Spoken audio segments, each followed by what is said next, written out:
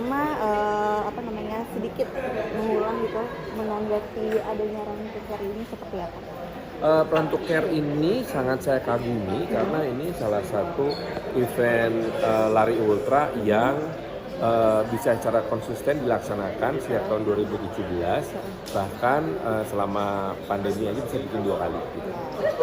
Dan ternyata antusiasme saya kan tidak pernah surut ya, banyak terus kan, dan juga dana yang dikumpulkan juga banyak, pertanggungjawabannya bagus, dan kelihatannya SOS-nya tumbuh dengan sangat baik. Jadi membuat para pelari ini nggak merasa percuma, satu itu. Kedua, kita pun bisa melihat bahwa tingkat kepercayaan masyarakat terhadap SOS dan juga terhadap Run to Care ini jadi semakin tinggi.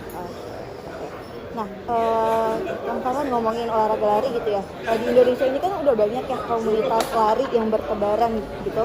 Dan di dalamnya itu isinya anak-anak muda gitu rata-rata. Nah, Kang Farhan ini melihat fenomena positif tersebut ini bagaimana nih? Bagaimana ini? Dan ada nggak sih harapan untuk komunitas lari di Indonesia ke depannya itu? Seperti apa? Kalau saya sih harapannya bahwa kita memang sekarang sudah tahapnya sudah lebih dari sekedar sosialisasi. Ya. Secara aware sama sosialisasi sudah cukup. Kita sekarang memasuk ke tahap berikutnya. Nah, tahap berikutnya adalah prestasi. Buat saya sebagai penggemar olahraga prestasi untuk nomor lari jarak jauh ini untuk kelas Asia dan dunia menjadi penting buat Indonesia. Karena dengan demikian kita jadi punya kebanggaan. Dengan punya kebanggaan, maka para penghobi ini juga jadi punya sesuatu gitu loh untuk dirasakan. Kita punya role models dan lain-lain. Nah, potensi untuk berprestasi juga sangat besar. Para hobis aja udah bisa dapetin BQ ya, apalagi yang udah kelas nasional. Nah, yang saya khawatirkan untuk road ini Agus Prayogo kayaknya nggak ada penerusnya. Ini perlu kita khawatirkan. Sementara untuk lari trail baru 2 kali kejuaraan dunia, baru 1 kali kejuaraan dunia, akan kedua kalinya. Kita pun posisinya masih sangat jauh, masih ada di papan bawah. Nah, jadi kita harus bisa memanfaatkan momentum bahwa masyarakat sudah mulai sangat menggemari olahraga lari, sehingga kita bisa membangun ekosistem olahraga jarak jauh menjadi ekosistem kelas dunia. Cita-citanya mah gitu. Nggak cuman kita punya Bali, Borobudur dan Bandung sebagai event marathon road yang udah mulai masuk kelas dunia, atau untuk yang trail itu seperti Rinjani, Gepang, Bromo, BTS, tetapi juga kita sudah mulai bisa masuk ke dalam salah satu radar bagi para pelari dunia apabila ingin berprestasi. Terus kepengen nggak sih gitu Kang Farhan gitu melihat komunitas lari ini ke depannya tuh juga memperbanyak kegiatan charity seperti SOS ini gitu? Kalau kegiatan charity sebetulnya bisa di mana aja. Kita tahu WMM contohnya, di setiap WMM itu ada charity-nya. Bahkan charity yang mereka kumpulkan bisa jutaan dolar. Jadi saya kira kita jangan hanya fokus kepada charity run, tapi kita mesti membangun ekosistem larinya. Oke. Kalau ekosistem larinya udah jadi, maka suatu hari nanti saya bermimpi gitu bahwa akan ada event kejuaraan dunia ultra maraton di Indonesia yang mana di dalamnya ada charity-nya.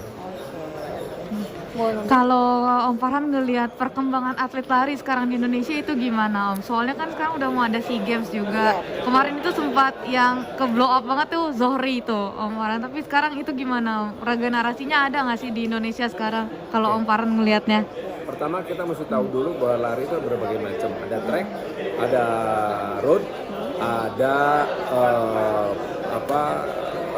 trail. Kalau untuk track ya kita memang fokus ke jarak pendek. Iya. Paling jauh 10.000.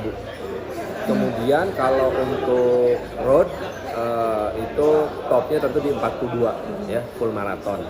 Nah, sementara itu untuk trail itu is a different level.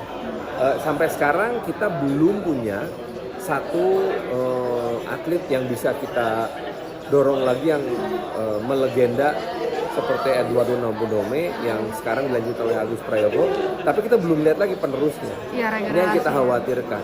Eduardo Nobodome menuju ke Agus Prayogo itu jauh banget jaraknya, nggak ada di antaranya. Demikian juga dengan kehadiran Zohri ini yang tiba-tiba aja muncul setelah kita punya Mardi Lestari gitu. Sebelumnya lagi Sarengat gitu.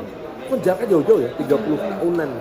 Nah ini yang perlu kita khawatirkan. Kita khawatir bahwa regenerasi dari pelari trek, pelari maraton, road, sama pelari di ultra dan trail itu di Indonesia tuh kayak komet, munculnya sekali dalam 30 tahun, udah gitu lagi muncul lagi baru 30 tahun kemudian.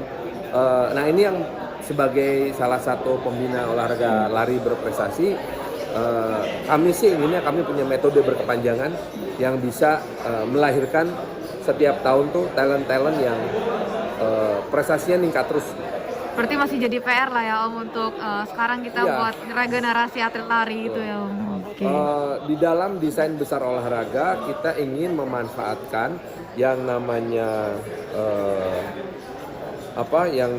metode ilmiah untuk pelatihan untuk mencapai prestasi itu sebesar-besarnya.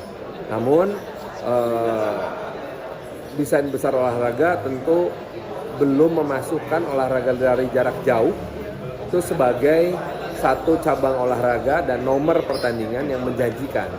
Namun punya potensi, tapi belum menjanjikan. Enggak kayak misalnya Iya. badminton, Betul. panjat tebing gitu. Ini kan dua olahraga, yang satu populer banget juara dunia, yang satu nggak populer tapi juga juara dunia. Iya, Nah ini yang harus kita lihat sebagai sebuah tantangan untuk para penggemar dan pembina olahraga prestasi lari jarak jauh. Oke, cukup. Oke, terakhir deh, nih dari Kang Farhan nih, bagaimana sih Kang cara menjaga kesehatan ala Kang Farhan gitu? Boleh nggak dikasih sharingnya, dikasih? Usia di atas 50 tahun seperti saya, hal pertama adalah cukup tidur. Udah nggak pernah begadang sama sekali, udah nggak kuat. Kedua juga makanan yang berimbang. Ketiga sih yang namanya tembakau sih saya udah nggak kuat sama sekali. Stress management. Nah, cherry topnya adalah olahraga. Olahraganya boleh apa aja. Kalau masih kuat lari silahkan, masih kuat tenis, masih kuat golf, masih kuat squash, masih kuat badminton, monggo. Masih kuat sepak bola, lu belaga gila. Berenang itu menu utama, sepedaan ayo aja. Kalau perlu kayak triathlon. Oke. Terima kasih sudah menonton. Silakan subscribe, like, dan jangan lupa komen di bawah ya bola spotter.